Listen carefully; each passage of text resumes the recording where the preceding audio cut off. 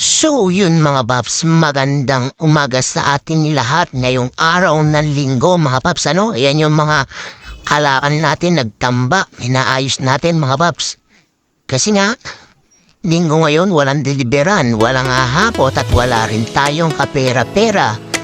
Ang pera ay nasa kalakal lahat mga paps. So yun mga paps, yan, ang mga kalakal natin nagtambak. So yan, nakikita nyo nakakasako na yan mga paps na pinipilian namin yan mga paps para bukas ay may deliver para makabayad na tayo sa mga inutahan natin ng puhunan. So yun mga paps, ito yung mga kalakal natin, ayan yung